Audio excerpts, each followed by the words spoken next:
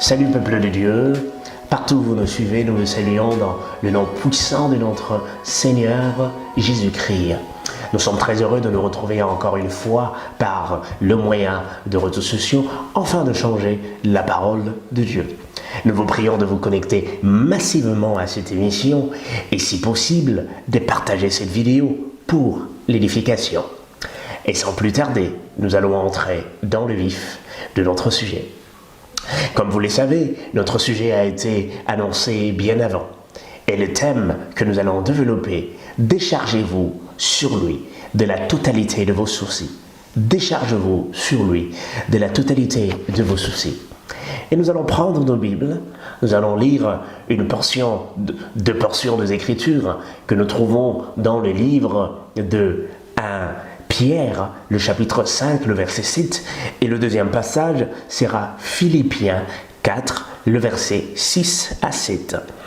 Il est dit dans 1 Pierre 5, le verset 7, « Et déchargez-vous sur lui de tous vos soucis, car lui-même prend soin de vous. » Et nous allons lire toujours ce même passage, mais dans la version Bible amplifiée qui dit « Déchargez-vous de la totalité de vos soucis sur lui, de tous vos sujets d'anxiété, d'inquiétude, de perplexité, une fois pour toutes, car il s'occupe de vous avec affection et veille à prendre grand soin de vous. » Nous allons lire le passage de Philippiens 4, le verset 6 à 7, qui dit « Ne vous inquiétez de rien, mais en toute chose, faites connaître vos besoins par des prières et des supplications, avec des actions de grâce.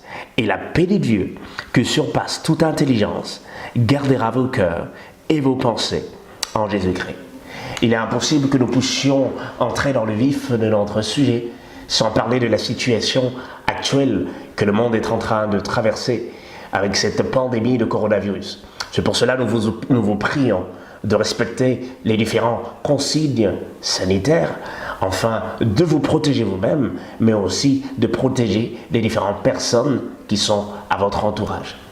Mais nous comptons, nous nous appuyons sur Dieu parce que nous savons qu'il est la solution. Nous vivons dans un monde où il y a des réalités, des choses qui nous amènent à nous soucier, qui nous amènent à vivre dans un état d'inquiétude. Nous le savons si bien, lorsque nous rencontrons des moments difficiles, lorsque nous rencontrons des moments qui nous accablent, lorsque nous rencontrons des moments qui nous font pleurer, nous devenons tristes face à cette réalité. Et nous pouvons en citer plusieurs situations, notamment même c'est que le monde est en train de traverser. Beaucoup de personnes se posent des questions. Nous nous posons tant des questions, nous nous disons « Seigneur, quand est-ce que cela finira? Quand est-ce que cela prendra fin? Quand est-ce que la vie va reprendre son cours normal ?» Et pour certains, cela les amène à s'inquiéter. Cela les amène à s'inquiéter, à être tristes par rapport à une situation bien précise. Nous sommes tristes lorsque nous perdons des proches. Et à cause de ce coronavirus, le taux de mort ne fait que s'élever. Et cela est triste, cela nous amène à nous poser tant de questions. Et si nous sommes en vie, ce n'est pas parce que nous sommes plus spéciaux, mais c'est tout simplement la grâce de Dieu. Nous nous inquiétons dans différentes réalités de la vie qui nous amènent à l'inquiétude. Alors, la question que nous devons nous poser, est-ce que être inquiet est quelque chose qui est anormal? Non, pas du tout. Le fait de s'inquiéter est quelque chose qui est tout à fait normal. Parce que l'inquiétude est un sentiment humain. Nous nous inquiétons lorsque quelque chose nous fait mal. Et voilà. Mais nous ne devons pas demeurer dans un état d'inquiétude. Voilà la différence.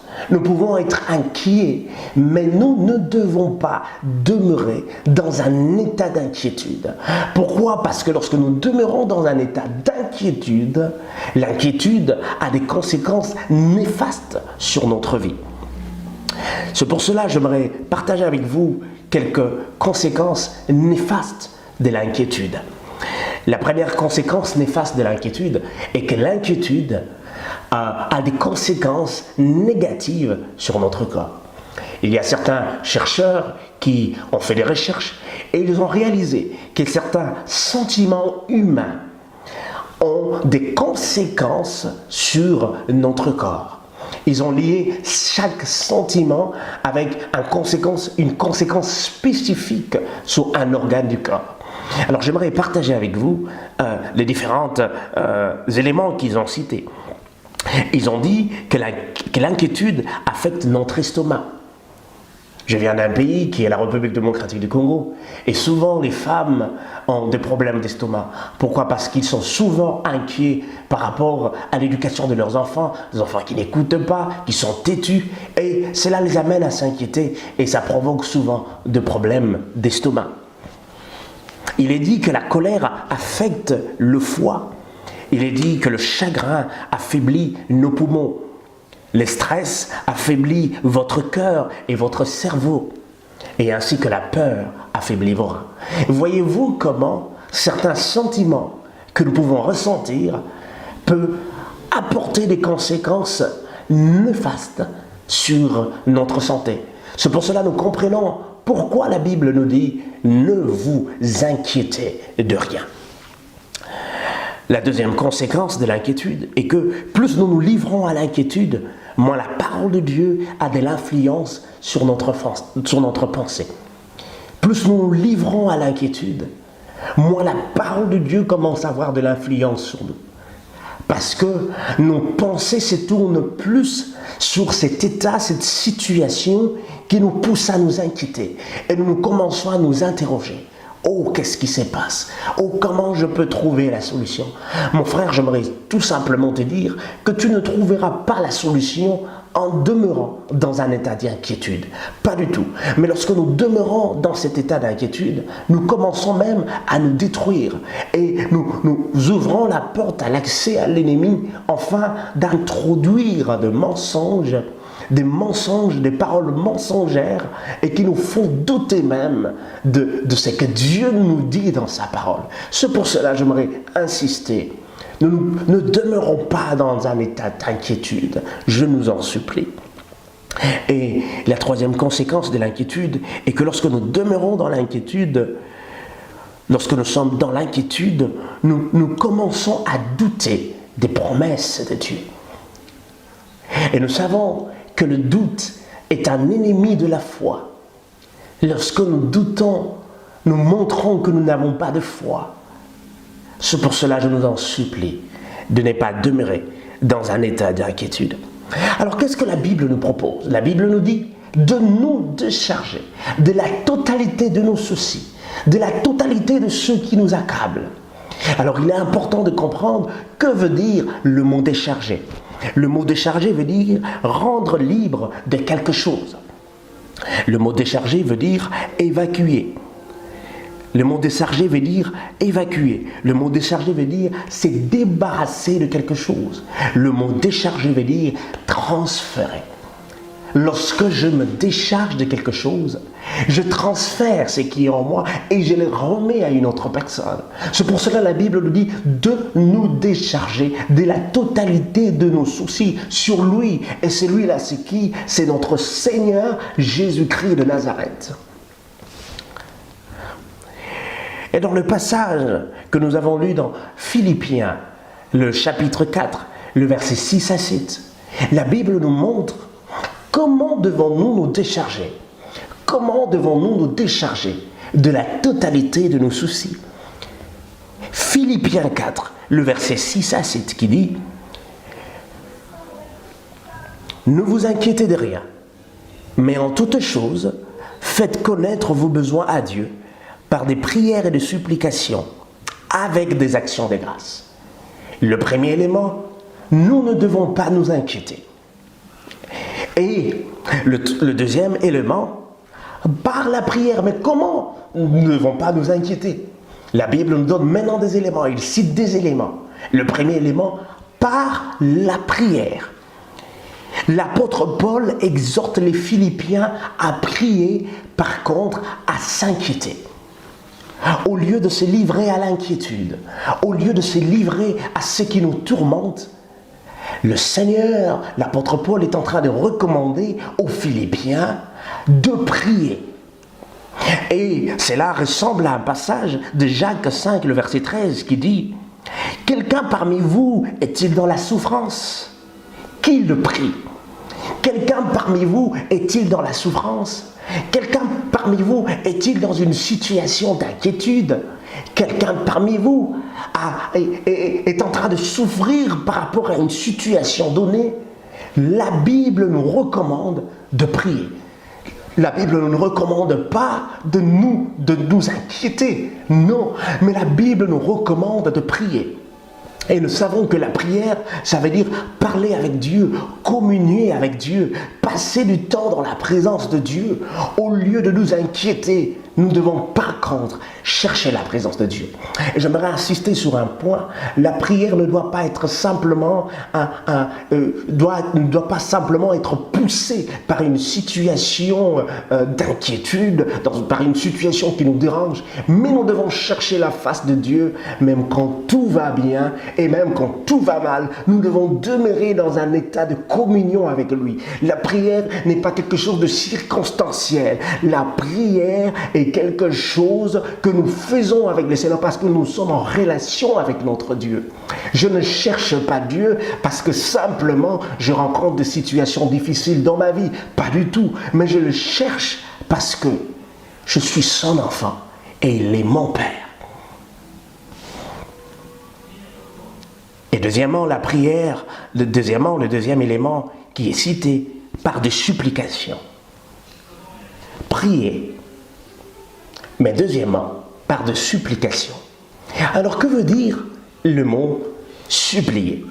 Supplier veut dire demander instamment, solliciter quelqu'un d'une façon touchante et soumise. Supplier, c'est demander quelque chose de manière précise. Ce n'est pas parler de manière générale. Et souvent, nous venons dans la présence de Dieu, nous disons, Seigneur, je te recommande tous mes problèmes. Mais le Seigneur nous demande que nous puissions venir dans sa présence par des supplications. Et supplier veut dire exposer son cœur de manière précise. Exposer son cœur de manière précise. Supplier, c'est plus que demander quelque chose à quelqu'un. Cela signifie vider son cœur en exprimant un besoin précis. Supplier veut dire exposer, présenter un besoin spécifique au Seigneur. Quel est ce besoin spécifique qui monte dans ton cœur? Quel est ce besoin spécifique que tu désires partager cela avec ton Père? Nous supplions le Seigneur parce qu'il est notre Papa. Je viens dans sa présence parce que je sais qu'il est mon Père.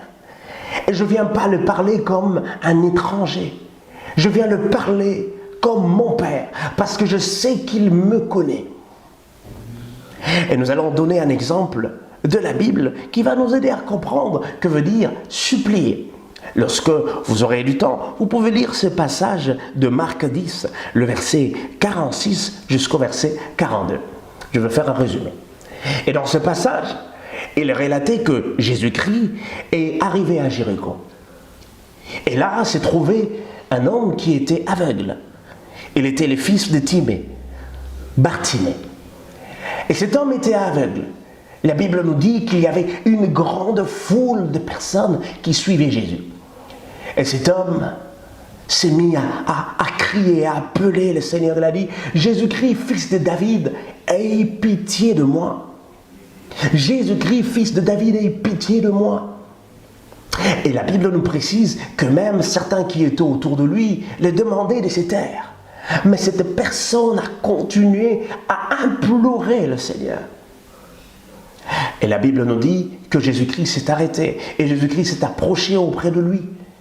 Et Jésus lui pose la question, que veux-tu? Oui, j'ai crié au Seigneur, Seigneur, aie pitié de moi. Mais le Seigneur nous pose maintenant la question, qu'est-ce que tu veux? Et cette personne dit que je puisse recouvrir la vue. Et la Bible nous dit, en ce même instant, Cette personne fut guérie. Et Jésus dit qu'il te soit fait selon ta foi.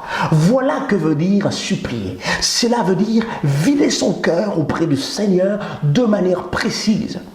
Des fois, nous venons dans la présence de Dieu et nous parlons de manière générale. Oh Seigneur, tu vois tous mes problèmes, je te le dépose entre tes mains. Mais le Seigneur nous pose la question, qu'est-ce que tu veux? Qu'est-ce qui te dérange? Parle-moi, parce que je suis ton Père. Cet homme avait supplié le Seigneur et il a exposé son besoin de manière précise. Le fait de supplier Dieu n'est pas un manque de foi. Le fait d'exposer notre besoin auprès de Dieu de manière précise n'est pas un manque de foi. Non, mais par contre, c'est un signe de confiance. C'est un signe qui démontre notre dépendance totale auprès du Seigneur. C'est un signe que je dis, Seigneur, je reconnais que tu es capable et que tu es puissant et que tu as la capacité d'apporter la solution face à ces problèmes. Le fait de supplier Dieu est un signe de dépendance. Dire à Dieu que je dépends totalement de toi. Et le Seigneur nous appelle à passer du temps avec lui dans sa présence, à lui parler parce qu'il est notre Père. Et le troisième consigne qui est cité dans ce passage, par des actions de grâce. Une fois après exprimer sa requête précise, il ne nous reste plus qu'à remercier le Seigneur. Peut-être nous n'avons pas encore vu le résultat de nos prières. Seulement notre foi ne s'appuie pas sur ce que nous voyons, mais sur ce que nous croyons. Waouh! Ma foi au Seigneur ne s'appuie pas sur ce que je vois d'abord, mais sur ce que je crois. La Bible me dit, or la foi est une ferme assurance de choses qu'on espère, une démonstration de celles qu'on ne voit pas. Dans une autre version, il est dit, or la foi représente les choses qu'on espère. Et elle est une démonstration de celles qu'on ne voit pas. Rendre grâce à Dieu sans avoir vu l'accomplissement de notre prière est un acte de foi. La foi précède toujours l'exaucement. Je dis merci au Seigneur. Je le loue, je l'adore, je le célèbre, je le remercie, même lorsque je n'ai rien vu. Mon action de grâce n'est pas simplement lorsque Dieu accomplit quelque chose, mais même lorsqu'il ne l'accomplit pas encore, je le bénis déjà parce que je sais qu'il accomplira selon sa volonté. La Bible nous dit dans 1 Pierre 5, le verset 14 à 15, nous avons auprès de lui cette assurance que si nous demandons quelque chose selon sa volonté, il nous écoute. Et si nous savons qu'il nous écoute, quelque chose que nous demandions, nous savons que nous possédons la chose que nous lui avons demandée. Voilà une raison pour laquelle nous pouvons élever nos voix et le dire merci. Pourquoi? Parce que Dieu nous écoute. Parce que Dieu nous écoute. La foi précède l'exaucement. Et la parole de Dieu nous dit, et lorsque le croyant tient compte des exhortations mentionnées au verset 6, alors il se suit quelque chose. La Bible nous dit, et la paix de Dieu remplit notre cœur troublé. Je prie que la paix du Seigneur puisse remplir ton cœur troublé. Je prie que la paix de Dieu puisse remplir le cœur de ta famille. Je prie que la paix de Dieu soit ton partage dans le nom puissant de Jésus-Christ. Alors que le monde est en train de passer de moments troublés, mais nous savons que la paix de Dieu nous est communiquée. Et la Bible nous dit une paix qui surpasse toute intelligence. Waouh! Que cette paix nous soit accordée pendant ce moment de trouble. Que cette paix nous soit accordée pendant ce moment que le monde est en train de traverser. Parce que nous savons qu'il y a un Dieu qui tient le monde entre ses mains. Et la parole de Dieu nous dit que cette paix gardera vos cœurs et vos pensées sur Jésus-Christ. Ô Seigneur, garde nos cœurs, garde nos pensées, garde-nous, Seigneur, fixés sur toi. Alors, Seigneur, oh Dieu, que beaucoup de gens se posent des questions, nous voulons que cette paix, Seigneur, nous soit accordée. Enfin, que tu puisses garder nos cœurs fixés sur Jésus. Frères et sœurs, je nous en prie, que nous puissions garder nos cœurs tournés auprès de la croix, que nous puissions garder nos cœurs tournés auprès du Seigneur. Seigneur, s'il te plaît, donne-nous ta paix. Donne-nous ta paix, Seigneur, pendant ce moment de tourment que le monde traverse. Dans ma propre vie, j'en suis venu à la conclusion qu'il y a deux choses possibles. Ou bien je porte mes fardeaux, ou bien c'est Jésus qui les porte. Nous ne pouvons le partager tous deux. J'ai décidé de les décharger sur lui. J'ai décidé dans ma vie de décharger la totalité de mes soucis, de mes problèmes sur Jésus-Christ. Et de fois nous venons dans la présence de Dieu avec nos fardeaux. Mais nous prions. Mais lorsque nous sortons, au lieu de déposer ces fardeaux auprès du Seigneur, nous prenons notre même fardeau et nous rentrons avec cela. Non, le Seigneur nous demande de décharger la totalité de nos soucis, de ce qui nous amène à l'inquiétude sur lui. Pourquoi? Parce qu'à la croix, il a bel et bien tout accompli. Je prie que tu puisses décharger tes fardeaux sur le Seigneur et que sa paix te soit accordée.